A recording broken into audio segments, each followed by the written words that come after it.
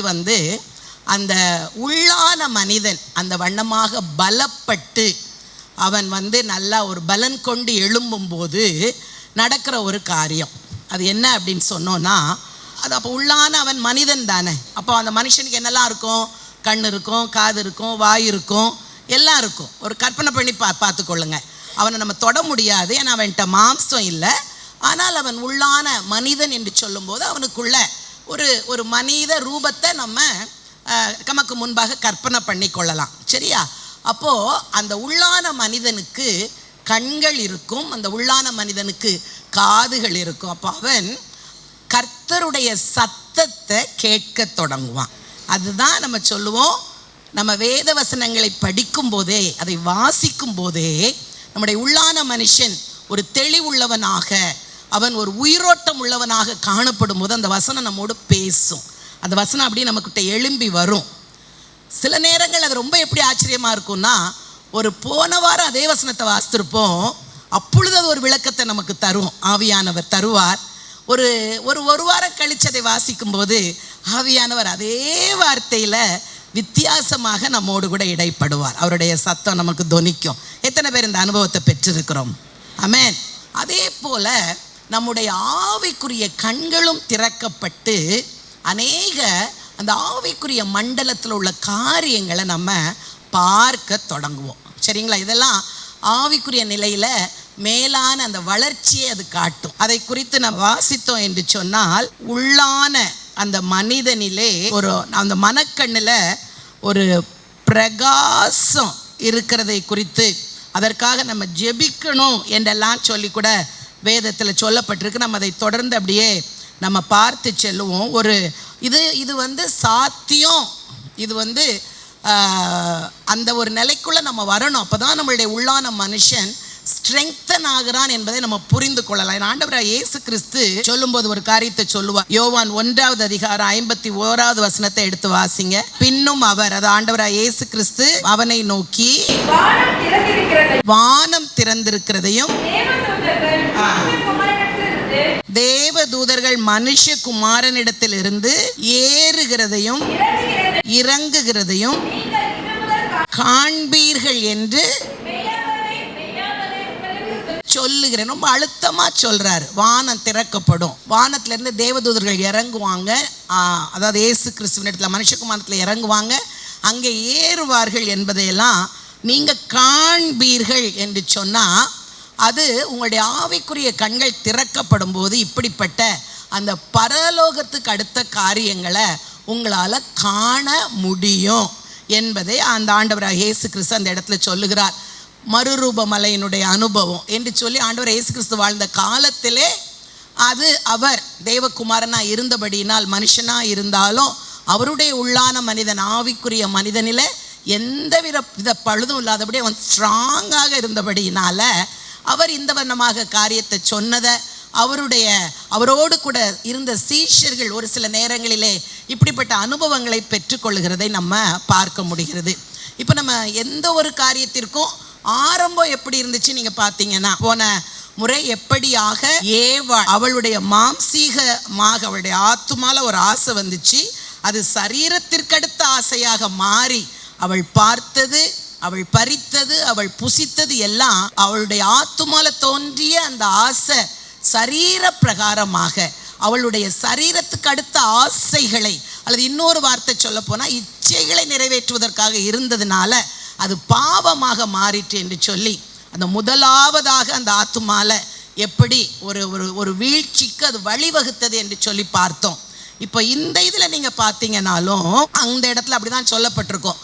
நீங்கள் பழத்தை சாப்பிட்டீங்கன்னா உங்களுடைய என்ன பண்ணும்? கண்ணு திறக்கப்படும். ஆனால் அந்த பழத்தை அவங்க முதல்ல பார்த்துக்கிட்டு தானே இருந்தாங்க. அப்போ சரீரப்பிரகாரமான கண்ணில் அந்த பழம் தெரிந்தது.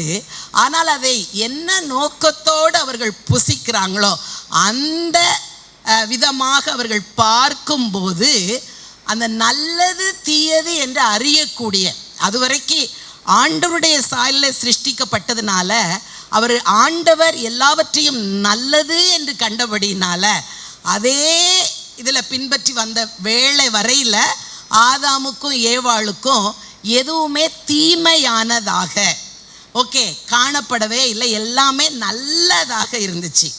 ஆனால் சத்துருடைய சத்தத்துக்கு கீழ்ப்படிந்து ஆண்டவரை சந்தேகப்பட்டு அதன் நிமித்தமாக அந்த பழத்தை கூடாது என்று ஆண்டவர் சொன்னதை மீறி நடந்து இந்த விதமாக ஒரு பாவம் என்ற அந்த காரியம் உள்ள பிரவேசித்த போது அந்த ஆதாமுக்குள்ளும் ஏவாளுக்குள்ளும் இருந்த அந்த மனக்கண் பிரகாசம், அது வரைக்கும் அவர்களால் ஆண்டவரை எப்படி பார்க்க முடிஞ்சிச்சு, ஆண்டவர் உலாவுவதை அவர்களால் அவர் பேசுவதை கேட்க முடிஞ்சிச்சு.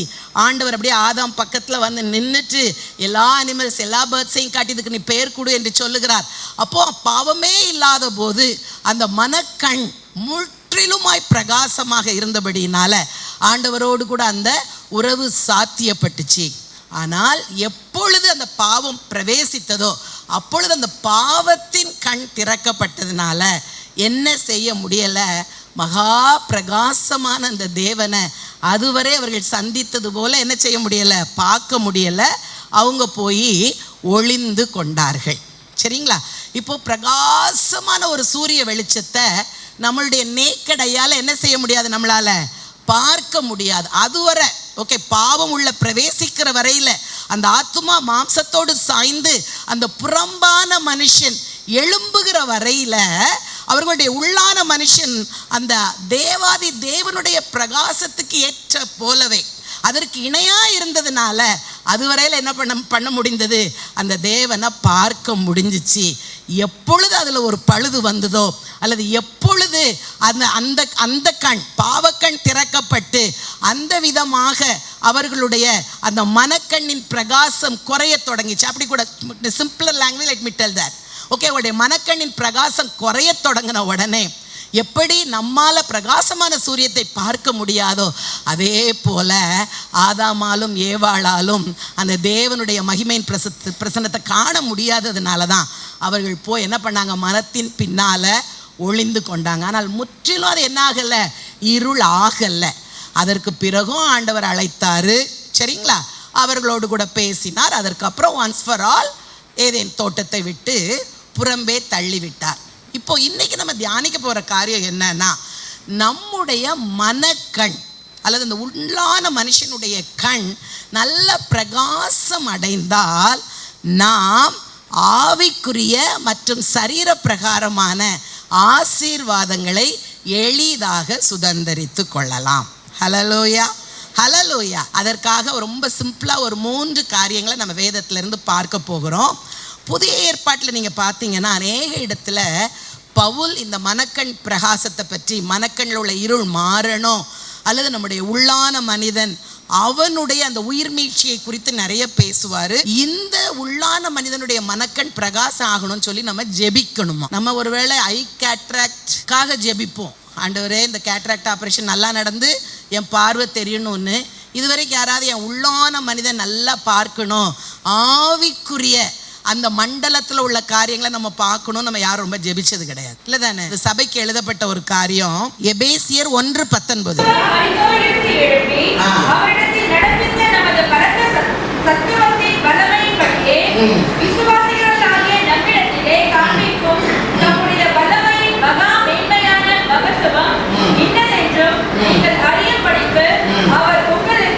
அவர் உங்களுக்கு பிரகாசமுள்ள மனக்கண்களை கொடுக்க வேண்டும் என்று வேண்டிக் கொள்ளுகிறேன். அதாவது இயேசு கிறிஸ்துவினுடைய உயிர்த்தெழுந்த வல்லமையினால் நடைபெறுகிற அந்த மகத்துவங்களை புரிந்து கொள்வது. அந்த உயிர்த்தெழுந்த வல்லமை என்று சொல்லும்போது அது ஆவிக்குரிய மண்டலத்தில் நிகழ்ந்த காரியம் இல்லை. ஸோ அப்படிப்பட்ட காரியங்களை புரிந்து கொள்றதற்கு விசுவாசிகளுக்கு என்ன வேணுமா, பிரகாசமுள்ள மனக்கண்ணை கொடுங்க என்று சொல்லி ஊழியன் தன்னுடைய விசுவாசிகளுக்காக ஜெபிக்கிறதாக இந்த இடத்துல எழுதப்பட்டிருக்கு. அப்போது நம்மை ஒன்றை அறிந்து கொள்ளலாம், நம்முடைய ஆவிக்குரிய மனக்கண்ணில் பிரகாசம் ஏற்படுவது, அதில் உள்ள இருள் மறைந்து நம்மால் ஆவிக்குரிய காரியங்களை காணுவது சாத்தியமே. ஹல்லேலூயா. அப்போ அதற்காக ஜெபித்தால் அதை நம்ம பெற்றுக்கொள்ள முடியும் என்பதற்காக இந்த வசனத்தில் இவ்விதமாய் பவுல் சொல்லுகிறார். அவருடைய வாழ்க்கையில் நீங்கள் பார்த்தீங்கன்னா அப்போஸ்தலர் 23வது அதிகாரம் 11வது வசனத்தில் நம்ம பார்க்கும்போது அப்போஸ்தலர் 23:10 பவுலின் அருகே நின்று, பவுலே, இதற்குள் நீ என்னை குறித்து எருசலேமில் சாட்சி கொடுத்தது போல ரோமாவிலே சாட்சி கொடுக்க வேண்டும் என்றார். என்னமோ அடுத்த வீட்டில் இருந்து எழும்பி வந்து பவுல் பக்கத்தில் நின்று பேசின மாதிரி எவ்வளோ அழகாக எழுதியிருக்காரு பாருங்க. அன்று ராத்திரியிலே கர்த்தர் பவுலின் அருகே நின்று, பவுலே திடன்கொள். வெறுமனே சத்தத்தை கேட்டிருந்தா அவர் எங்கே நிற்காருன்னு இவருக்கு தெரிஞ்சிருக்காது. ஒரு சில நேரங்களில் வானத்திலிருந்து சத்தம் உண்டாகும். ஆனால் இவருடைய பவுலினுடைய மனக்கண் பிரகாசமாக இருந்ததுனால அவரால் தன் அருகிலே கர்த்தர் நிற்பதை பார்க்க முடிந்தது. நின்ற அந்த கர்த்தர் என்ன சொல்லுகிறாரு? நீ என்னை குறித்து எருசலேமிலே சாட்சி கொடுத்தது போல ரோமாவில், உன்னுடைய ஊழியம் அது அந்த கடல்ல ஏற்பட்ட அந்த கப்பற்சேதத்துக்கு அடுத்து கர்த்தர் விதமாய் பேசுவார். ஸோ நீ எருசலேமில் எப்படி எனக்கு சாட்சியாய் நீ நின்று காரியங்களை செய்தாயோ, அதே போல இன்னும் நீ ரோமில் போய் நீ தொடர்ந்து ஊழியத்தை செய்வாய் என்று சொல்லி, இது உன்னுடைய அழிவுக்கானது அல்ல, நீ பிழைப்பாய் என்று ஒரு நம்பிக்கையை கொடுக்கத்தக்கதாக அவர் பேசினார். கர்த்தர் நம்ம பவுல் கேட்டாரு. அது மட்டுமல்ல, அவர் எங்கிருந்து பேசினார்னா பவுலின் அருகிலே வந்து நின்று பேசினார். ஹல்லேலூயா. ஒரு புதிய ஏற்பாட்டில் நம்மை போல ஒரு மனிதர் வேறு ஒரு சத்தியத்தை அறியாததுனால உண்மையாக அந்த இயேசுவை குறித்து அறியாமல் இருந்து பின்பு அதை இயேசுவை அறிந்து அவரை பின்பற்றி, ஆனால் மிக தீவிரமாக அதை பின்பற்றின ஒரு மனிதனால இவ்விதமாய் அந்த கர்த்தர் பக்கத்தில் வந்து நிற்பதை பார்க்க முடிகிறது, செவிகளால் அவர் பேசுவதை கேட்க முடிகிறது என்று சொன்னால் நம்முடைய வாழ்க்கையிலும் இப்படிப்பட்ட காரியங்கள் சாத்தியமே. ஹல்லேலூயா, ஹல்லேலூயா. இன்னைக்கு ஒருவேளை எல்லாவற்றையும் இதை அடைந்து விடுவது என்பது சாதாரணமானது அல்ல. அது அந்த அளவு நம்மளுடைய ஆத்துமா ஆவியோடு கூட இணைந்து, அந்த போன வாரம் நம்ம கேட்ட அந்த சத்தியத்தின்படி ஒவ்வொரு நிலையிலும் ஒவ்வொரு சூழலிலும் அந்த ஆத்துமா ஆவியோடு கூட இணைந்து அந்த உள்ளான மனிதன் பலப்பட்டால் இது சாத்தியம். ஆனால் ஒன்றை நம்ம அறிந்து கொள்ளணும், இது சாத்தியம். அதை நம்ம வாஞ்சித்தா இப்படிப்பட்ட காரியம் நம்முடைய வாழ்க்கையில் நடக்கும் என்று சொல்லி. ஹல்லேலூயா, ஹல்லேலூயா. இது எந்த அளவு நமக்கு ஆசீர்வாதம் என்பதற்காக ஒரு 3 சூழ்நிலைகளை நம்ம வேகமாக பார்ப்போம். முதலாவதாக ஆதியாகம புத்தகத்தில் நமக்கு எல்லாரும் தெரிந்த பகுதி தான். ஆனால் அதிலிருந்து கர்த்தர் நம்மோடு கூட என்ன தெளிவுபடுத்த விரும்புகிறாருன்னு பார்க்கலாம். சரிங்களா? ஆதியாகமம் 21வது வசனத்தை நம்ம 21வது அதிகாரத்தை எடுத்து வைத்து கொள்ளுங்க. அந்த இடத்துல ஒரு குறிப்பிட்ட சூழலிலே இப்பொழுது ஆபிரகாமுக்கு ஆகார் மூலம் பிறந்த இஸ்மவேலும் வாக்குத்தத்தத்தின் பிள்ளையாகிய ஈசாக்கும் இருக்கிற அந்த சூழல். இஸ்மவேல் தேவனுடைய திட்டம் அல்ல, ஆனாலும் அது ஆபிரகாமின் வித்தாக, அந்த ஆபிரகாம் அவர் அழைத்த உடனே அவரை பின்பற்றி வந்தபடியினால், கர்த்தருடைய சொல்லுக்கு கீழ்ப்படிந்தபடியினால் அந்த இஸ்மவேலையும் ஆசீர்வதிப்பேன் என்று கர்த்தர் வாக்குத்தத்தம் கொடுத்திருந்தார், வாக்கு பண்ணியிருந்தார். இப்பொழுது அந்த இஸ்மவேலுக்கும் ஈசாக்குக்கும் பிரச்சனை வந்தபோது முதல்ல சாராள் சொல்கிறாங்க, அடிமையானவளையும் அவனுடைய குமாரனே வீட்டை விட்டு அனுப்புன்னு. அது கொஞ்சம் மனநோவாக இருந்தது. ஏன்னா என்னன்னாலும் பெற்ற பிள்ளை அப்படி என்று சொல்லணும். கர்த்தர் சொல்லிடுவார், இல்லை சாராளுடைய வார்த்தைக்கு இந்த இதில் நீ கீழ்ப்படி என்று சொன்னதுனால ஒரு குறிப்பிட்ட நாளிலே கர்த்தர் சொன்னால் எதனாலும் செய்வதற்கு ஆயத்தமானவர் ஆபிரகாம். ஸோ ஒரு குறிப்பிட்ட நாள் காலை வேளையிலே கூப்பிட்டு அதில் 21:14 பாருங்கள், ஆபிரகாம் அதிகாலையில் எழுந்து அப்பத்தையும் ஒரு துருத்தி தண்ணீரையும் எடுத்து ஆகாருடைய தோளின் மேல் வைத்து பிள்ளையும் ஒப்பு கொடுத்து அவளை அனுப்பிவிட்டான். ஒரு 4 லைனில் ஒரு தாய் ஒரு பிள்ளையினுடைய ஹிஸ்ட்ரியை முடிஞ்சிருது. இப்படியாக ஒரு 4 வரியில் ஒருத்தரை வீட்டை விட்டு அனுப்புங்கன்னு சொல்லியாச்சு. ஆபிரகாமோ செல்வச்சீமான், ஆனால் ஆண்டவர் சொன்னதோ அப்பத்தையும் ஒரு துருத்தியில் குறிப்பாக போட்டிருக்கு, ஒரு பேரல்லாம் இல்லை, ஒரு துருத்தி தண்ணி. அது ஆகார் தூக்கக்கூடியதுன்னா எந்த அளவு தண்ணி. இவன் சின்ன பிள்ளை மகன் தான், ஒரு அடலசன்ட் ஏஜில் இருக்கிற மகன். இப்படியாக அவர்கள் வெளியே துரத்தப்பட்ட உடனேயே ஆகாருடைய உள்ளம் சோர்ந்து போயிருக்கும். முதல்ல இதுவரை செல்வச்செழிப்போடு வாழ்ந்த இடத்திலிருந்து விரட்டப்படுகிறோம். அடுத்து ஒரு ஆண் துணை இல்லாமல் நானும் என் மகனும் வீட்டை விட்டு விரட்டப்படுகிறோம். 3வதாக இதை நான் விரும்பி கேட்டு பெற்ற வாழ்வு அல்ல, என் மேலே திணிக்கப்பட்ட வாழ்வு. ஆகவே எனக்கு எழுதப்படுகிற முடிவு அநீதியானது என்ற ஒரு கோபம் கண்டிப்பாக அவளுக்குள்ள எழும்பி இருக்கும். அடுத்து அவள் வாழ்ந்த காலகட்டத்தில் என்னவோ இந்த ஸ்ட்ரீட்லேருந்து போனால் அடுத்த ஸ்ட்ரீட்டில் ஒரு வாடகை வீடு எடுத்து எப்படியாவது குடியிருக்கலாம் என்ற சூழல்லாம் அல்ல. ஆங்காங்கே கூட்டம் கூட்டமாக ஜனங்கள் வாழ்வார்கள். ஸோ இப்பொழுது ஆபிரகாமின் கூட்டத்திலிருந்து அவள் வெளி அனுப்பப்படும் போது அவள் வனாந்தரத்தில் அலைந்து திரிந்து எங்கோ ஒரு இடத்துல அவள் செட்டில் ஆகி தன் ஒரே மகனோடு கூட சேர்ந்து புதிதாய் ஒரு வாழ்க்கையை தொடங்கணும். இவைகள் எல்லாம் அவள் கண்களுக்கு முன்பாக வந்தபோது நம்பிக்கை அவள் இழந்தவளாக, எதிர்காலத்தை குறித்து எந்த ஒரு நம்பிக்கையும் இல்லாமல் சோர்வு முற்றிலுமாக ஆட்கொள்ளக்கூடிய ஒரு சூழ்நிலையில் அவள் கடந்து போகிறதுனால அவள் நடந்த அந்த வனாந்திரத்தில் போக போக அவளுக்குள்ள தொனித்த ஒரு சத்தம் என்னன்னா, இனி நீ பிழைக்க மாட்டாய், இனி நீ வாழ முடியாது, இனி உன்னால் தொடர்ந்து ஒரு இந்த நிலையற்ற இந்த வனாந்திரத்தில் நீ வாழ்ந்து உன் பிள்ளையும் வாழ வைக்க முடியாது என்று சொல்லி அந்த எதிர்மறையான காரியங்களே அவளுடைய காதுகளிலே தொனித்து கொண்டே இருக்குது. கொஞ்சம் நேரம் கழித்து பிள்ளைக்கு பசிக்குது, இவளுக்கும் பசிக்குது, கொஞ்சம் அப்பமும் தண்ணீரும் சாப்பிட்டு பசி ஆற்றிக்கிறாங்க. இன்னும் நேரம் கிடக்கிறது, கையில் இருந்த அப்போல்லாம் காலி, குடிக்க கையில் வைத்திருந்த அந்த தண்ணீரும் காலி ஆயிட்டு ஏற்கனவே நம்பிக்கை இழந்த சூழ்நிலையில் இப்பொழுது கையிலே எந்த ஆதாரமும் இல்லை. ஏன்னா இம்மீடியட்டாக ஒரு மனிதனை தாக்குகிற ஒரு காரியம் என்ன அப்படின்னா பசி. பயாலஜிக்கலாக நம்ம ஃபீல் பண்ணுறது, ஒருவேளை நடந்தால் கால் வேதனை, அடுத்து பசி. கால் வேதனைக்கு உட்காரலாம், ஆனால் பசியை போக்க கையில் உணவும் தண்ணியும் இருந்தால்தான் சாத்தியம் என்ற நிலையில் இனி தன்னால் வாழ முடியாது என்ற எதிர்மறையான அந்த எண்ணம் அவளுடைய ஆத்துமாவை முழுக்க ஆட்கொண்டு அவள் அந்த ஆத்துமாவில் சரீரத்திற்கு அடுத்த வண்ணமாக மட்டுமே அவள் யோசித்ததுனால அவள் மரணத்தையே பார்த்தா. சரியா, இனி வாழவே முடியாதுங்கிற சூழ்நிலையில் நானும் என் பிள்ளையும் செத்து போவது உறுதி என்று அவளுடைய கண்கள் எல்லாம் அடைக்கப்பட்டு இந்த ஒரு சத்தம் மட்டுமே அவளுக்குள்ள மிக வலுவாக தொனித்ததுனால அவளுக்கு முன்பாக எல்லாம் இருளாக இருந்தது. சரிங்களா, அந்த 19வது வசனத்தை நீங்கள் பார்த்தீங்கன்னா, தேவன் அவளுடைய கண்களை திறந்தார். அப்பொழுது அவள் ஒரு தண்ணீர் துறவை கண்டு போய் துருத்தியிலே தண்ணீர் நிரப்பி பிள்ளைக்கு கொடுத்தாள். அப்போ அந்த இடத்துல ஒரு துறவு இருந்தாலும், கவனிங்க, இந்த பாயிண்ட்டை தான் நான் சபைக்கு ஸ்ட்ரெஸ் பண்ண விரும்புகிறேன். அந்த இடத்திலே கர்த்தர் ஒரு துறவை தோன்ற பண்ணின்னு கொடுக்கல. என்ன வார்த்தை கொடுத்துருக்கு? துறவை கண்டு. அப்போ அந்த இடத்துல ஏற்கனவே ஒரு துறவு, தண்ணீர் துறவு இருக்கிறது. ஆனால் இவளுடைய நம்பிக்கையின்மை, ஆகாருடைய எதிர்காலத்தை குறித்த நம்பிக்கையின்மை, அவள் பார்த்ததெல்லாம் சூழ்நிலைகளை மட்டும்.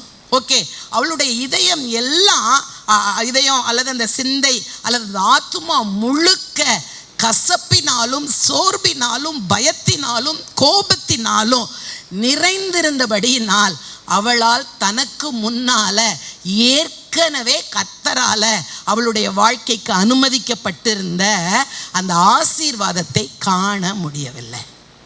எனக்கு அன்பான தேவ பிள்ளைகளே, நம்முடைய வாழ்க்கையிலும் இப்படி ஆகாரும் இஸ்மவேலும் அனுப்பப்பட்டதற்கு ஒத்த சூழ்நிலைகள், அந்த சூழ்நிலையை மட்டும் பார்த்தால் பரிதாபத்துக்குரியது. இப்படி ஒன்று இவங்க வாழ்க்கையில் என்ன செய்திருக்கக்கூடாது, நடந்திருக்கக்கூடாது.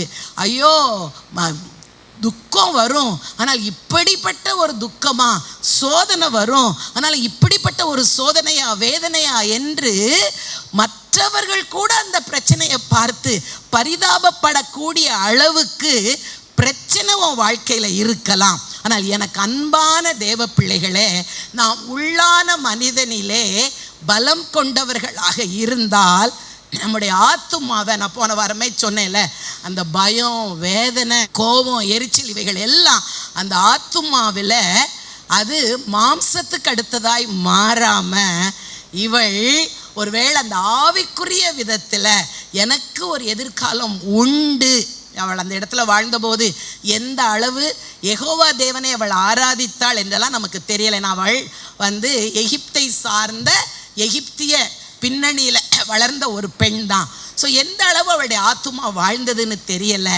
அதனால அவள் சூழ்நிலையை பார்த்து ஏற்கனவே அவளுடைய காதுகளிலே ஒலித்து கொண்டிருந்த அந்த வார்த்தை, மாம்சத்துக்கு அடுத்த நம்பிக்கை இல்லை, இனி நீ வாழ முடியாது என்ற வார்த்தை கனமாய் தொனித்ததுனால அவளுக்கு முன்னால கர்த்தரால் உண்டு பண்ணி வைத்திருந்த அந்த ஆசீர்வாதத்தை காண முடியல. எனக்கு அன்பான தேவ பிள்ளைகளே, எத்தனை பேருடைய வாழ்க்கையில் பிரச்சனை இருக்குது? எல்லாருடைய வாழ்க்கையில் இருக்குது. போராட்டம் இருக்குது, வேதனை இருக்குது, கண்ணீர் இருக்குது, நெருக்கம் இருக்குது, இருள் இருக்குது. ஆனால் கர்த்தருடைய பிள்ளைகளாக, ஆவிக்குரிய பிள்ளைகளாகிய உங்களுக்கும் எனக்கும் ஒரு நிச்சயம் இருக்கணும். இந்த சூழ்நிலையை நான் தனியாக கடந்து செல்லலை, என் ஆண்டவர் அனுமதித்து இந்த சூழ்நிலையின் ஊடாய் கடந்து செல்லுகிறேன். நிச்சயமாக என்னுடைய வாழ்க்கையில் கர்த்தர் எனக்கு ஒரு நல்ல பங்கை வைத்திருப்பார். இந்த பிரச்சனைக்கு ஒரு பதிலை வச்சிருப்பார். இந்த கேள்விக்கு நிச்சயமாய் ஒரு தீர்வு உண்டு. இந்த சோதனையினூடாய் நான் நடந்தாலும் அடுத்து எனக்கு ஒரு வெளிச்சம் உண்டு என்ற நம்பிக்கை. அதற்கு இன்னொரு வார்த்தை, ஆவிக்குரிய வார்த்தை விசுவாசம். சொல்லுங்க, விசுவாசம் உடைய விசுவாசிகளாய் நம்ம கடந்து சென்றோம்னா அந்த உள்ளான மனிதன் நிமிர்ந்து நிற்பான். அப்படிப்பட்ட நேரங்களில் கர்த்தர் அந்த சோதனையில், வேதனையில், பிரச்சனையில் நமக்கென்று ஏற்படுத்தி வைத்திருக்கிற தீர்வை, நன்மையை, ஆசீர்வாதத்தை நம்முடைய கண்கள் காணும். ஹல்லேலூயா. இவளுக்கு கர்த்தர் கண்களை திறந்த போது அந்த ஆசீர்வாதத்தை அவள் கண்டாள். சரிங்களா? ஸோ இன்னும் ஒரே ஒரு பாயிண்ட் அதில் நான் சொல்லிடுறேன். இரண்டாவதாக, ஒன்று, அவளால் அந்த கர்த்தர் உண்டு பண்ணி வைத்திருந்த நன்மையை சூழ்நிலைகளின் தாக்கத்தால் காண முடியலை. இரண்டாவது, இன்னும் மிக முக்கியமாக அவள் கவனிக்க தவறின ஒரு காரியம் என்னன்னா, ஏற்கனவே 16வது அதிகாரத்திலேயே அந்த பிள்ளையை குறித்து கர்த்தர் தெளிவான வார்த்தைகளை பிள்ளை பிறப்பதற்கு முன்பாகவே சொல்லியிருந்தார்ல. 16 திருப்புங்க.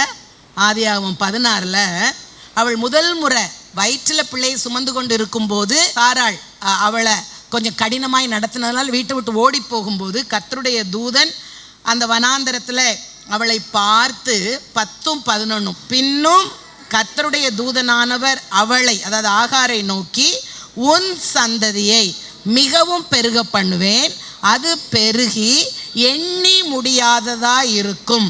பின்னும் கர்த்தருடைய தூதனானவர் அவளை நோக்கி, நீ கர்ப்பவதியாயிருக்கிறாய், ஒரு குமாரனை பெறுவாய், கர்த்தர் உன் அங்கலாய்ப்பை கேட்டபடினால் அவனுக்கு இஸ்மவேல் என்று பெயரிடுவாயாக. என்ன தெளிவான வார்த்தை! குமாரன் அப்படின்னு அப்போல்லாம் ஸ்கேன் கிடையாது, சரியா? அப்போது கர்த்தருடைய கண்கள் மட்டும்தான் அதை பார்த்து இது ஆம்பளை பிள்ளைன்னு சொல்லிச்சு. இது எவ்வளவு பெரிய உறுதி! அடுத்ததாக அவனுக்கு இஸ்மவேல்னு பேருடுன்னு சொன்னார். அதை சொல்லி ஆபிரகாம் அக்செப்ட் இஸ்மவேல்னு பேர் விட்டாயிற்று. ஓகே, பட் அவனை குறித்து அவனை நான் பெருக பண்ணுவேன், இன்னும் நிறையா சொல்லுவார், அவனிலிருந்து பிரபுக்கள் தோன்றுவார்கள் என்றெல்லாம் ஆசீர்வாதமான வார்த்தைகள், நம்பிக்கைக்குரிய வார்த்தைகள், ஒரு பெரிய எதிர்காலம் உன் மகனுக்கு உண்டு என்று ஏதோ ஒரு தீர்க்கதரிசி இல்லை, கர்த்தருடைய தூதனே கடந்து வந்து அதே ஆகாரிடத்தில் பேசி இருக்கிற பட்சத்தில் ஆகார் அதை மறந்திருக்கலாமா? ஆகார் மறந்தது தப்பு. நம்முடைய வாழ்க்கையில் எத்தனை வாக்கு தத்துவத்தை கர்த்தர் தந்து கொண்டே இருக்கிறார். யாருக்கெல்லாம் வாக்கு தத்துவம் வந்திருக்கு? பிள்ளைகளுடைய சூழ்நிலைக்காக, பிள்ளைகளுக்காக, நம்முடைய எதிர்காலத்துக்காக, அல்லது ஏதோ ஒரு குறிப்பிட்ட பிரச்சனைக்காக கர்த்தர் உங்களுக்கு வாக்கு தத்துவம் தந்திருக்காரா, தரலையா? தந்திருந்தார் என்று சொன்னால் அதை மறப்பது மிக மிக தவறு. இவ்வளவு அந்த வாக்கு தத்தத்தை கர்த்தர் தன்னோடு கூட பேசின வார்த்தைகளை மறந்தபடினால நான் என் பிள்ளை என்னதான் செய்ய போகுது, பிள்ளை என்ன ஆக போகுது, சாக போகுது, சாக போகுது, சாக போகுது என்று சொல்லி அவள் வாழ்வதற்குரிய எந்த விதமான நம்பிக்கையும் அற்று வாழணுங்கிற எதிர்பார்ப்பும் இல்லாதவளாய் போனபடியினாலேயே அவளுடைய கண்கள் இருளடைந்து கர்த்தர் உண்டு பண்ணி வைத்திருந்த ஆசீர்வாதத்தை பார்க்க முடியலை. நான் இன்னைக்கு இந்த செய்தியோடு வந்திருக்கும் போது பிரதர் பாடின அந்த வார்த்தைகளை என்னை அதிகமாக தொட்டது. என் உயர்விலும் என் தாழ்விலும் என் ஆத்துமா என்ன செய்யுமா? என் உயர்வில் என் ஆத்துமா பாடுங்க, என் தாழ்விலும், நான் வீட்டை விட்டு விரட்டப்பட்ட சூழலிலும், இத்தனை பெரிய செல்வந்தனா இருந்தும், கொஞ்சோண்டு பிரெட்டும் கொஞ்சோண்டு தண்ணியும் கொடுத்து அனுப்பின கடின உள்ளமுள்ளவனாய் என் கணவர் இருந்தாலும் என் ஆத்துமா தொய்ந்து போகாது, அது பாடும் என்று அன்று ஆகாரால சொல்ல முடிஞ்சிருந்துச்சுன்னா அன்னைக்கு அவளுடைய கண்கள் அந்த நீரூட்டை கண்டிருக்கும். நீ தந்த தண்ணி குறையலாம், ஏன்னா அது துருத்திக்குள்ள இருந்தது. ஆனால் மண்ணிலிருந்து தோன்றுகிற என் கர்த்தரால தோற்றுவிக்கப்பட்ட இந்த துறவின் தண்ணீர் வற்றி போகாது. என் பிள்ளை நாவரண்டு செத்து போவது இல்லை என்ற நம்பிக்கைக்குரியவளாய் அவள் மாறி இருப்பாள். ஹல்லேலூயா. மனிதர் 1000 உதவி செய்யட்டுங்க, அவைகள் எல்லாம் மட்டானது, முற்றுப்புள்ளி அதற்கு உண்டு. ஆனால் உங்களுடைய கண்கள் கர்த்தரை மட்டுமே நோக்கி பார்க்கும்போது, எனக்கு ஒத்தாசை வரும் பர்வதத்திற்கு நேராக என் கண்களை நான் ஏறெடுக்கிறேன் என்று சொல்லி கண்களின் இருள் அகலும் போது ஒத்தாசை வரும் கண்மலையை நோக்கி நீங்க பார்க்கும்போது அங்கிருந்து ஒத்தாசை வந்து கொண்டே இருக்கும். அல்லேலூயா. உன் சூழ்நிலையை மாறுகிற வரையில அதோடு கூட அந்த நம்பிக்கையோடு கர்த்தர் தந்த அந்த வாக்குத்தத்தத்தை நீங்க பிடிச்சுக்கிட்டீங்கன்னா நிச்சயமாகவே ஆசீர்வாதம் தான். இது எப்போ கிடைக்கும் அப்படின்னா, உன்னுடைய அந்த உள்ளான மனிதன் செழிப்பாக திடன் உள்ளவனாக இருள் இல்லாமல் இருக்கும்போது. ஹல்லேலூயா, ஹல்லேலூயா. அடுத்தது இன்னும் அந்த வார்த்தை எனக்கு ரொம்ப தொட்டுச்சு. என் எதிரி பெருக பெருக என் பந்தி அளவு. ஒரு கூட்டம் எதிரி வராங்க, அதுக்கு ஒரு பந்தி. இது 23:5 என் சத்துருக்களுக்கு எதிராக அவர் எனக்கு ஒரு பந்தியை. ஒரு கூட்டம் சத்துரு லெஃப்ட்ல இருந்து வந்தாங்கங்க, உடனே கர்த்தர் என்ன பண்ணிட்டார், இங்கே ஒரு பந்தியை ஆயத்தப்படுத்திட்டார். எனக்கு எதிரிக்கல, எனக்கு. அப்படி நான் பார்த்துட்டு இருக்கும்போது எதிர்பாராத இந்த திசையிலேருந்து ஒரு கூட்டம் வருது. எதிரி வந்தால் உடனே என்னதான், பந்தி தான். இங்கும் எனக்கு ஒரு பந்தியை தருகிறார். ஒருவேளை பொருளாதார சிக்கல்ல நான் தவித்து கொண்டிருக்கிற நேரத்தில் என் குடும்பத்தில் நான் எதிர்பாராத ஒரு அலை மோதிட்டு ஒரு பெருங்காற்று அடித்தது, என் வாழ்க்கை கவிழ்ந்து விடுமோ என்று நீ யோசித்தா, நான் சொல்லுகிறேன், உன்னுடைய எதிரிக்கு முன்பாக கர்த்தர் உனக்கு ஒரு பந்தியை ஆயத்தப்படுத்துவார். அதனால தான் அவர் அழகாய் சொல்லுகிறார், என் எதிரி பெருக பெருக என் பந்தியினுடைய அளவும் பெருகும். ஹல்லேலூயா, ஹல்லேலூயா. அடுத்ததாக 2 ராஜாக்கள்ல பார்த்தீங்கன்னா எல்லாமே நமக்கு தெரிஞ்ச நிகழ்வுகள் தான். எலிசா தீர்க்கதரிசி காலத்தில் 2 ராஜாக்கள் 6வது அதிகாரத்துக்கு நேராக எடுத்து வைத்துக் கொள்ளுங்க. இதில் பார்த்தீங்கன்னா எலியாவுக்கு அடுத்ததாக எலிசா தீர்க்கதரிசி. அவர் இஸ்ரவேலிலே தீர்க்கதரிசியாக இருந்த அந்த காலகட்டத்திலே அவர் மிக வல்லமையானவர். நமக்கு தெரியும், முடிவிலே எலியாவை காட்டிலும் டபுள் பங்கு வரத்தை பெற்றுக்கொள்ளணும் என்று விடாது கர்த்தரை நாடி சென்று கடினங்களுக்கு மத்தியிலே கடந்து சென்று அந்த இரட்டைத்தனையான வல்லமையை பெற்றுக்கொண்டபடியினால் கர்த்தர் அவரை மகிமையாய் உபயோகப்படுத்தினார். அப்போது அந்த தீர்க்கதரிசியினுடைய பாடி இல்லை, ஓகே, அந்த சரீரம் எதுவுமே இல்லை. ஏன்னா கடைசியில் நமக்கு தெரியும் அவர் சற்று பலவீனமாக தான் ஆகிதான் மரிப்பார் என்று. ஆனால் அவருடைய ஆத்துமா வாழ்ந்தது. ஓகே, அவருடைய ஆத்துமா எப்போதும் பலன் கொண்டு இருந்தது. அப்போ அவனுடைய உள்ளான மனுஷன் எப்போதும் பிரகாசமாக இருந்தார். அவருடைய ஆவிக்குரிய கண்கள் திறந்தே காணப்பட்டுச்சு. கர்த்தர் பேசுவதை அவர் கேட்டுக்கொண்டே இருந்தார். கிட்டத்தட்ட கர்த்தரோட அவர் பேரலாக ட்ராவல் பண்ணிக்கிட்டே இருப்பார். காரணம், சீரிய ராஜாவுக்கு புரியாது, என்னடா நம்ம அரை வீட்டில் திட்டம் பண்ணுகிறது எல்லாம் இஸ்ரவேலின் ராஜாவுக்கு தெரிஞ்சிருது.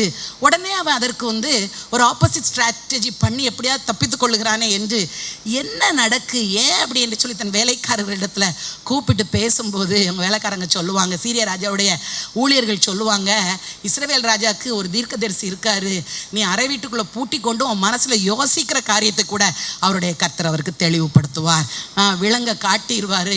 அதனால் நீ அந்த தீர்க்கதரிசி இருக்கிற வரையில் உன்னால் இந்த இஸ்ரவேல் ராஜாவுக்கு விரோதமாக ஒன்றும் செய்ய முடியாதுன்னு சொன்ன உடனே அப்போ அந்த தீர்க்கதரிசியை க்ளோஸ் பண்ணிட்டா நம்ம வெற்றி பெறலாம் என்று சொல்லி பலமுறை முயற்சிப்பார். கடைசியாக ஒரு இடத்துல நம்ம பார்க்கும்போது அவர் ஸ்ட்ராட்டஜி பண்ணி அவர் திரளான படை வீரர்களை அனுப்பும்போது அங்கே 2 பேர் இருக்காங்க. எலிசா இருக்கிறார், அவருடைய வேலைக்காரர் இருக்கிறார்.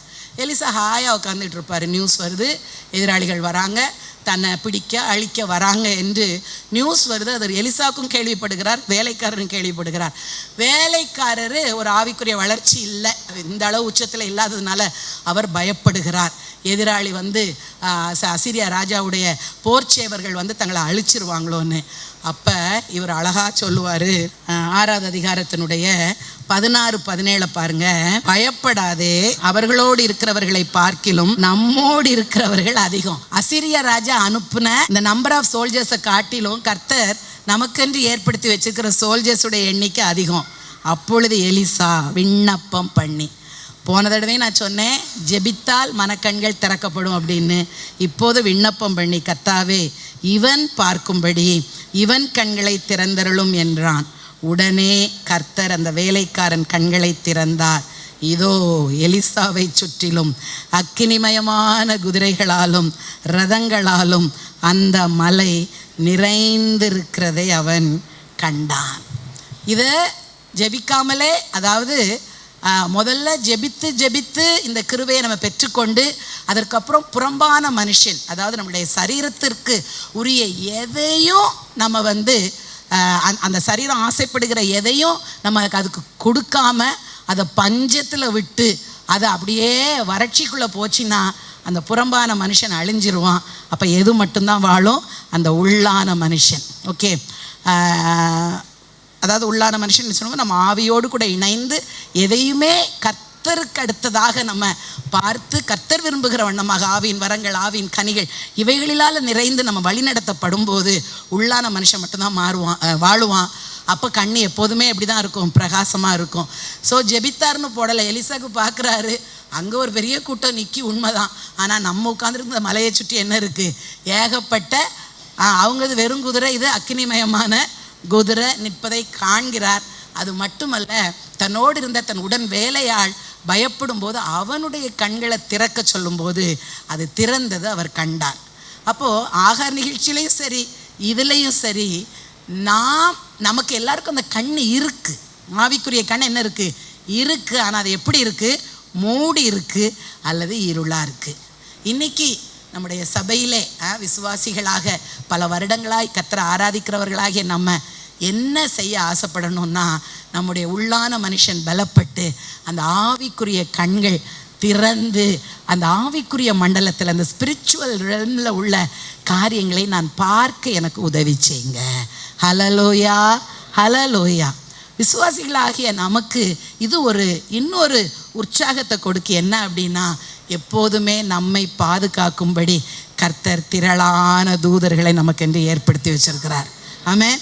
நம்ம அநேக வேலைகளில் கர்த்தருடைய பிள்ளைகள் பாருங்கள், பயங்கர ஒரு இதுக்குள்ளே போனேன். இந்த ஒரு வார்த்தை சொல்லுவோம், தலைக்கு வந்தது தலப்பாவோட போச்சின்னு சொல்லுவோம். என்ன ஆச்சுன்னு தெரில. கரெக்டாக அந்த செகண்டில் அந்த மனிதர் எனக்கு உதவுனார். என் காரு அடுத்த ஒரு ஃப்ராக்ஷன் ஆஃப் செகண்ட் அந்த மரத்தில் மோதி இருக்கணும். என்ன ஆச்சுன்னு தெரில. நாங்கள் என்ன பண்ணோம்? சடன் பிரேக் போட்டோம். இப்படியெல்லாம் நிறைய காரியங்கள். கர்த்தருடைய பிள்ளைகள், அவரோடு கூட நல்ல ஒரு நெருங்கிய உறவில் இருக்கிற பிள்ளைங்க, நம்ம உறவில் இல்லைனாலும் நமக்கென்று அவர் வைத்திருக்கிற அந்த தூதர்களை கொண்டு அந்த சூழ்நிலையிலே அவர் நம்மை பாதுகாக்கிறவராக இருக்கிறார். ஹலலோயா, ஹலலோயா. ஏன்னா மனக்கண்ணை திறந்த போது இவருக்கு ஏற்கனவே தெரிஞ்சிச்சு. அப்போ அங்கே தான் நின்னாங்க. நான் இப்போ அதை தான் உங்களுக்கு வலியுறுத்த நான் விரும்புகிறேன். கர்த்தர் உன் போக்கையும் உன் வரத்தையும் இது முதற்கொண்டு என்றைக்கும் எழுதப்பட்டிருக்கு. சரிங்களா? அது மாதிரி இந்த சிறுவரில் ஒருவரையும் அற்பமாக எண்ணாதிருங்க. அவருக்கென்று நியமிக்கப்பட்ட தேவதூதர்கள் என் சமூகத்தில் நிற்கிறாங்க. நம்முடைய சிறு பிள்ளைகளுடைய பாதுகாப்பில் நீங்கள் இதை சொல்லி ப்ரே பண்ணலாம். It is biblical. ஆண்டவரே, என் பிள்ளைக்கு நீங்கள் ஒரு தூதரை வச்சுருக்கிறீங்க. எப்போதும் அந்த ஓடி ஆடுகிற பருவத்தில் துடுன்னு இருக்கும் பிள்ளைங்க. ஆண்டவரே, என் பிள்ளை எப்போதும் அவளுக்குன்னு நியமிக்க வைத்திருக்க தேவதூதரை கொண்டு நீ என்ன பண்ணுங்க? பாதுகாத்து கொள்ளுங்க. It is there. நம்முடைய விசுவாச கண்ணிலையாவது அதை நம்ம அறிக்கையிடுவோம். நம்முடைய ஆவிக்குரிய கண்ணில் பார்க்க முடியல. ஆனால் உண்மையாக நம்ம ஆவிக்குரிய பிள்ளைகளாக மாறும்போது எலிசா பார்த்தது போல நம்மாலும் அதை பார்க்க முடியும். எலிசா ஜெபித்து அவனுடைய வேலைக்காரனுடைய கண்கள் கண்டது போல நாமும் ஜெபத்தில் இதில் ஆழமாய் கர்த்தரிடத்தில் கேட்டால் இப்படிப்பட்ட கண்கள் நம்முடைய வாழ்க்கையில் திறக்கப்படும். ஹலலோயா, ஹலலோயா. நம்முடைய பாதுகாப்புக்கு ஏராளமான வார்த்தைகளை கர்த்தர் தந்திருக்கிறார். இல்லை, 121:4 சொல்லுது சங்கீதம், இஸ்ரவேலை காக்கிறவர் தூங்குவதும் இல்லை. 91 முழுக்கவே அதை சார்ந்த சங்கீதம் தான். 5வது வசனம் பின்பகுதி சொல்லுது, ஆபத்தில் நானே அவனோடு இருந்து அவனை தப்புவித்து அவனை. அதில் தப்புவிக்காமல் அழிஞ்சு போனால் கனவீனங்க, என்னத்தை ஊழியம். ஆனால் இப்படி கிடக்கிறாளே, இல்லை, நானே கூட இருந்து தப்புவித்து கனப்படுத்துவேன். 7வதுல உன் பக்கத்தில் 1000 பேரும் உன் வலதுபுறத்தில் 10,000 பேர் அது உன்னை விழுவாங்க, ஆனால் அணுகாது. என காத்துக்கொள்ள யார் இருக்கிறா? கர்த்தருடைய தூதர்கள் எனக்காக நியமிக்கப்பட்டிருக்கிறாங்க. ஹலலோயா, ஹலலோயா. ஸோ நம்முடைய பாதுகாப்பை கர்த்தர் உறுதிப்படுத்துகிறார். ஸோ வியாதியோ அல்லது இந்த விதமான விபத்துகளோ திடீரென்று வருகிற எதிர்பாராத சூழ்நிலையோ நம்மை அழிந்து போக செய்ய முடியாது.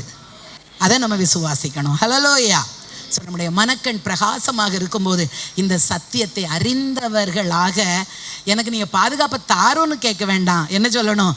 நீங்கள் எனக்கு பாதுகாப்பை தந்திருக்கிறபடினால நான் உங்களுக்கு நன்றி செலுத்துகிறேன். ஹல்லேலூயா. இன்னும் மூன்றாவதாக ஒரே ஒரு காரியத்தை பார்த்து முடிப்போம். என்னாகமம் 24வது அதிகாரத்தில் அங்கும் ஒரு மனிதனுடைய கண்கள் திறக்கப்பட்டது. இது என்னன்னா, மோவாபியர் இந்த ராஜாக்கள்லாம் எப்படி இஸ்ரவேல் ஜனங்கள் வனாந்திரத்தில் பிரயாணப்பட்டு வந்து கொண்டிருக்கிறாங்க. ஸோ அவர்கள் வரும்போது, ஐயோ இவங்க பெருங்கூட்டமாக வராங்களே, நம்முடைய தேசத்தை இவர்கள் எடுத்துக்கொள்ளுவாங்களோன்னு பயந்து மோவாபின் ராஜா மற்ற ராஜாக்கள்லாம் எதிர்க்கிறாங்க. இதில் ஒரு குறிப்பிட்ட மோவாபின் ராஜா பாலாக் வந்து என்ன செய்கிறான், இவங்க ஒரு மாதிரி ஒரு ஸ்பிரிச்சுவல் கைண்ட் ஆஃப் பீப்புள்.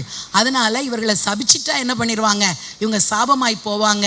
அதுக்கப்புறம் இவங்களுடைய தேவன் இவர்களை ஆசீர்வதிக்க முடியாதுன்னு சொல்லிட்டு பீலேயாம் என்ற ஒரு சைஸான ஊழியக்காரர், ஓகே, பணம் கொடுத்தா அதுக்கு ஏற்ற மாதிரி ஆசீர்வாதம் சொல்லுவார், தீர்க்க தரிசனம் சொல்லுவார். அப்படிப்பட்ட ஊழியக்காரர், சரியா? அதனால் அவருடைய கண்களையும் கர்த்தர் திறப்பார்.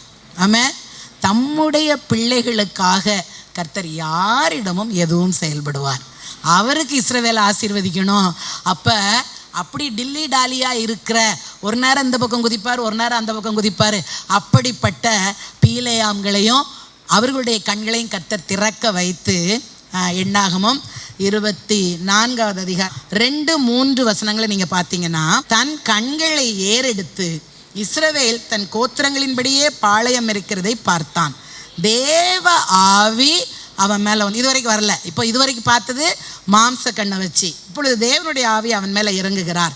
அப்பொழுது அவன் தன் வாக்கியத்தை எடுத்துரைத்து, பேயோரின் குமாரனாகிய பீலேயாம் சொல்லுகிறதாவது, கண் திறக்கப்பட்டவன் உரைக்கிறது. கர்த்தருடைய ஆவியானவர் இறங்கின பிறகுதான் அவனுக்கு கண்கள் திறக்கப்படுகிறது. முதல்ல அவன் பார்த்தது மாம்ச கண்களில் தான் இஸ்ரவேலரை பார்க்கிறான். இப்போ மீண்டும் சொல்லுகிறான், இப்பொழுது அவனுடைய ஆவி வந்ததுனால முதலாவது கண் திறக்கப்பட்டது. பிறகு அவன் சொல்லுகிறான், தேவன் அருளும் வார்த்தைகளை கேட்டு சர்வ வல்லவரின் தரிசனத்தை கண்டு தாழ விழும்போது கண் திறக்கப்பட்டவன் விளம்புகிறது. அப்போ நான் போன வாரமே சொன்னேன் இல்லை, நம்ம எப்பொழுது ஆவிக்குரிய இதில் பலனடைய முடியும்னா, முதல்ல ஆவியானவர் நமக்குள்ள வாசம் செய்து அவரோடு கூட இணைந்து நம்முடைய ஜேர்னி இருக்கணும், அவரோடு கூட இணைந்து நம்முடைய ஜெபம் இருக்கணும். இரண்டாவது, தேவன் அருளும் வார்த்தைகளை கேட்கிறவர்களாக. So the word of God and the spirit of God, இது ரெண்டும் நமக்குள்ள வல்லமையாக ஒரு பெர்மனண்டாக சாலிடாக நமக்குள்ள தரித்து இருந்தால் நாம் ஆவிக்குரிய மனிதனிலே பலன் அடைவோம். நம்ம மாம்சத்தின் பக்கம் சாய மாட்டோம். ஆவியோடு கூட இணைந்து அந்த ஆவியானவரிலே பலன் கொண்டு நாம் அவருடைய ஆவிக்குரிய கண்கள் திறக்கப்படும். நம்ம பேசுகிற வார்த்தைகள், சும்மா ஒருத்திட்ட பேசிகிட்டு இருப்போம், இதெல்லாம் கூட சாதாரண நிலைமையில் இருக்கிற நமக்கே கூட சில நேரங்களில் கர்த்தர் ஊழியத்தில் பயன்படுத்துவார். அப்படியே நீங்கள் சொன்னது எனக்காக சொன்னது போல் இருந்துச்சு. இது நல்லா ஜெபிக்கிற ஊழியம் செய்கிற நிறைய பேருடைய வாழ்க்கையில் இது நடக்கும் இல்லை, சொல்லியிருக்கோம்ல, நம்ம பேசுவோம், சில நம்ம அப்படி சொல்லுவாங்க, நீங்கள் கண்ணு மூடி ஜெபிச்சிங்கம்மா, ஆனால் அப்படியே என் வாழ்க்கையை தான் நீங்கள் என்ன பண்ணீங்க, சொல்லி ஜெபிச்சிங்க. ஹல்லேலூயா. இதெல்லாம் தான் அந்த உள்ளான மனிதனில் பலப்படும் போது நம்முடைய வாழ்க்கையில் நடக்கிறது. நான் மற்றவர்களுக்கு ஆசீர்வாதமாக மாறுவோம். இவர் சபிக்க சொல்லி பணம் கொடுத்து கூப்பிட்டாரு. கர்த்தர் ஆவியானவரை கொடுத்து வார்த்தையை கொடுத்து தம்முடைய பிள்ளைகள் எப்பேற்பட்டவர்கள், அவர்கள் எப்படிப்பட்ட ஆசீர்வாதத்துக்குரியவர்கள் என்பதை காணும்படியான கண்களை திறந்தார். எனக்கு அதில் நீங்கள் பார்த்தீங்கன்னா 10 விதமாக ஆசீர்வதிக்கப்பட்ட ஜனங்களாக இஸ்ரவேலரை அவர்கள் அந்த இடத்துல பீலேயாம் பார்க்கிறார். இவங்க அந்த வனாந்திரத்தில் நடந்து வந்துக்கிட்டே இருக்கிறாங்க. அவங்க எப்படி இருந்திருப்பாங்க, அவங்க கோலமாக இருக்கேன்னு சொல்லுவோம் தெரியுமா, சில நேரம் என்ன கோலமாக வந்து நிற்கிது வெயிலில் அலைஞ்சி. சில நேரம் நம்ம ஊரில் வந்து நம்ம நிற்கும்போது நம்ம அம்மா மாதிரி காலையில் போகும்போது அழகாக போனேன், இப்போ என்ன கோலமாக வந்து நிற்கேன்னு. அப்படி தான் அவங்க இருந்திருப்பாங்கல்ல. ட்ரெஸ்ஸு துவைச்சி போட இடம் இல்லை, எப்படியோ ஒரு ரொம்ப அழகாலாம் இருந்திருக்க மாட்டாங்க. அவர்கள் பர்த் அழகானவங்க, ஆனால் அவங்க பிரயாணத்தில் அவங்க அழகாக இருந்திருக்க மாட்டாங்க. ஆனால் கர்த்தர் பீலேயாமுக்கு அந்த ஜனங்களை எப்படிலாம் காட்டுறாரு பாருங்க. முதல்ல அவங்க கூடாரத்தை காட்டுறாரு. 5 யாக்கோபே உன் கூடாரங்களும், எல்லாருமே வாசிப்போம், இஸ்ரவேலே உன் வாசஸ்தலங்களும் எவ்வளவு. ஆமாம், ஆண்டவருக்கு அவர் பிள்ளைகளை பார்த்தா அப்படியே பொங்கும். காக்கைக்கும் தன்குச்சி பொன் குஞ்சம். எப்பா என் பிள்ளைகள் எனக்கென்று ஏற்படுத்த போகிற அவங்கள கொண்டு தானே ஒரு தேசத்தை உருவாக்குகிறார். என் இஸ்ரவேல் ஜனங்கள் எவ்வளவு அழகாக இருக்காங்க. இன்றைக்கும் அப்படி தான் என் பெத்தேல்ல என் பிள்ளைகளை என்னை ஆராதிக்க வந்து உட்கார்ந்துட்டு இருக்காங்க. என்ன அழகாக இருக்கிறாங்க என்று சொல்லி கர்த்தர் நம்மை பார்க்கிறார். நம்ம கட்டின ட்ரெஸ்ஸை பார்த்து இல்லை, என் உள்ளான மனுஷனை பார்ப்பார். அதை அவர் அழகாக காண விரும்புகிறார். ஹல்லேலூயா. அடுத்து சொல்லுகிறாரு, அவைகள் பரவி போகிற ஆறுகளை போல. ஆறு அப்படிங்கிறதே அழகு. அது பரவி போச்சுன்னா அது ஓடுகிற ஆறு எவ்வளோ அழகா இருக்கும்.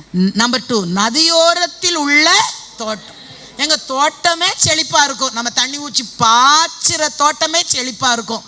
நதி ஒவ்வொரு அட்ஜெக்டிவையும் பாருங்களேன். நதி ஓரத்தில் உள்ள எவ்வளோ அழகா இருக்கும். அப்படிப்பட்ட ஒரு இடத்துல போய் உட்கார்ந்தா எழுப்பி வெளியே வரவே மனசு வராதுல்ல. 3வது, கர்த்தர் நாட்டின சந்தன மரம். அவரு லேசுப்பட்ட ஆள் இல்லைப்பா நம்ம ஆண்டவர். சந்தன மரம்னாலே வாசனை வீசும். இது யார் நட்டணுமோ அந்த சந்தன மரத்தை? கர்த்தர் நாட்டின சந்தன மரம். 3. 4வது, தண்ணீர் அருகே உள்ள கேதுரு விருட்சம்னா தான் ஸ்ட்ராங் செடார். அதை வச்சு தான் தாவீதினுடைய அரண்மனை கட்டப்பட்டுச்சுன்னு எழுதப்பட்டிருக்கு. அப்போது ஆனால் அதை யார் நாட்டுவான்? அது எங்கே இருக்குமா? தண்ணீர் அருகே உள்ள கேதுரு.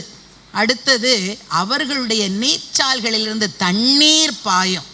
அவர்களுடைய வித்து திரளாய் பரவும். ஸோ தண்ணீர் பாயும் அவர்களிடத்திலிருந்து. இப்போது அவர்கள் செழிப்புள்ளவர்கள். 6, அவர்கள் வித்து, அவர்கள் பெருக்கத்துக்குரியவங்க. ஓகே. 6. அடுத்தது 7 பாருங்க கடைசியில், அவர்கள் ராஜ்யம் மேன்மேடு. இப்போ அவங்களுக்கு ராஜ்யம் இருக்கா?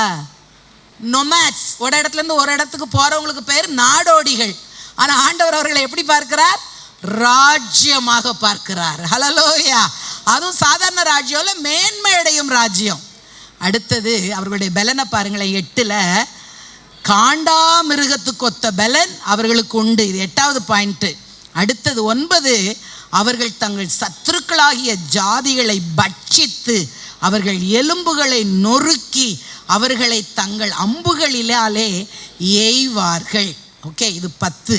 11, ஆமாம், அது திருப்பி ஸ்ட்ரெங்க்த்து. அதில் நடுவில் வருது, உங்களை ஆசீர்வதிக்கிறவன் ஆசீர்வதிக்கப்பட்டவன், உங்களை சபிக்கிறவன் சபி. இது ஆபிரகாமுக்கு கொடுக்கப்பட்ட வாக்கு தத்துவம். 11 விதமாக அவர் உள்ளம் பொங்குது. அப்படியே கொடுத்துக்கிட்டே இருக்கிறாரு. அவனுடைய மனக்கண்ணில் பிரகாசத்தை கொடுக்க கொடுக்க அவர் பார்க்குறாரு. அது பஞ்சபிரதேசிகள் மாதிரி அங்கே படுத்து கிடக்கு. ஆனால் இவருடைய கண்கள் அவர்களுடைய எதிர்காலத்தை, அவர்கள் அந்த இஸ்ரவேல் ஜனங்கள் ஒரு தேசமாக அமைந்து அங்கே எப்படி சுகித்திருப்பாங்க, வாழ்ந்திருப்பாங்கன்னு பார்க்குது. இன்றைக்கி உலகமே அந்த இஸ்ரவேல் தேசத்தை அப்படி பார்க்கத்தக்கதாக கர்த்தர் உயர்த்தி வச்சிருக்கிறார்.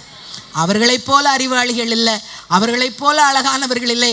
அவர்கள் தான் டெக்னாலஜியில் சிறந்து விளங்குகிறவர்கள். அவர்கள் தான் அறிவாளிகள்னால maximum number of Nobel prize அந்த ஜூஸ்க்கு தான் போயிருக்கு என்று சொல்லி எனி பாசிட்டிவ் திங் எங்கே தான் இருக்குது? அந்த யூதர்கள் இஸ்ரவேல் இடத்துல காணப்படுகிறது. ஏனெனில் என் கர்த்தருடைய கண்கள் அந்த வண்ணமாக அவர்களை கண்டது. ஆமென். சரீர விருத்த சேதனம் உள்ள அவர் ஆபிரகாமுக்கு சொன்ன வாக்குத்தத்தத்தினால மீறி நடந்தாலும் தன்னுடையவர்களாய் வைத்து கொண்ட அந்த இஸ்ரவேல் ஜனங்களை என் கர்த்தருடைய கண்கள் இப்படி பார்த்துச்சுன்னா, ஆவிக்குரிய இஸ்ரவேலராகிய நாம் என் ஆண்டவராகிய இயேசு கிறிஸ்துவினால சிலுவையில் உடன்படிக்கை ஏற்படுத்தப்பட்டு அவருடைய பிள்ளையாய் மாறின என்னை என் கர்த்தருடைய கண்கள் எவ்விதம் காணோம். ஹல்லேலூயா, ஹல்லேலூயா. இந்த 11லையும் உங்களை வச்சு பாருங்க. நீங்கள் தான் செழிப்புள்ளவங்க, நீங்கள் தான் மேன்மையானவங்க, நீங்கள் தான் அழகானவங்க, நீங்கள் தான் வாசனை பொருந்தியவர்கள். உங்கள் வித்து திரளாய் பெருகும், அனைத்தும் ஆசீர்வாதத்துக்குரியது. அப்படித்தான் கண் திறக்கப்பட்டவன் ஒரு கர்த்தருடைய பிள்ளையை காண்பான். ஹல்லேலூயா. இங்கு பீலேயாம் கண்டார். நான் சொல்கிறேன், நம்முடைய வாழ்க்கையை குறித்து நம்முடைய ஆவிக்குரிய கண்கள் திறக்கப்பட்டு இதுதான் கர்த்தர் என்னை வைக்க விரும்புகிற ஸ்டாண்டர்ட், இதுதான் என்னை கர்த்தர் வைக்க விரும்புகிற ஸ்டேட்டஸ் என்று காணக்கூடிய கிருபைகளை தருவாராக. ஹல்லேலூயா, ஹல்லேலூயா.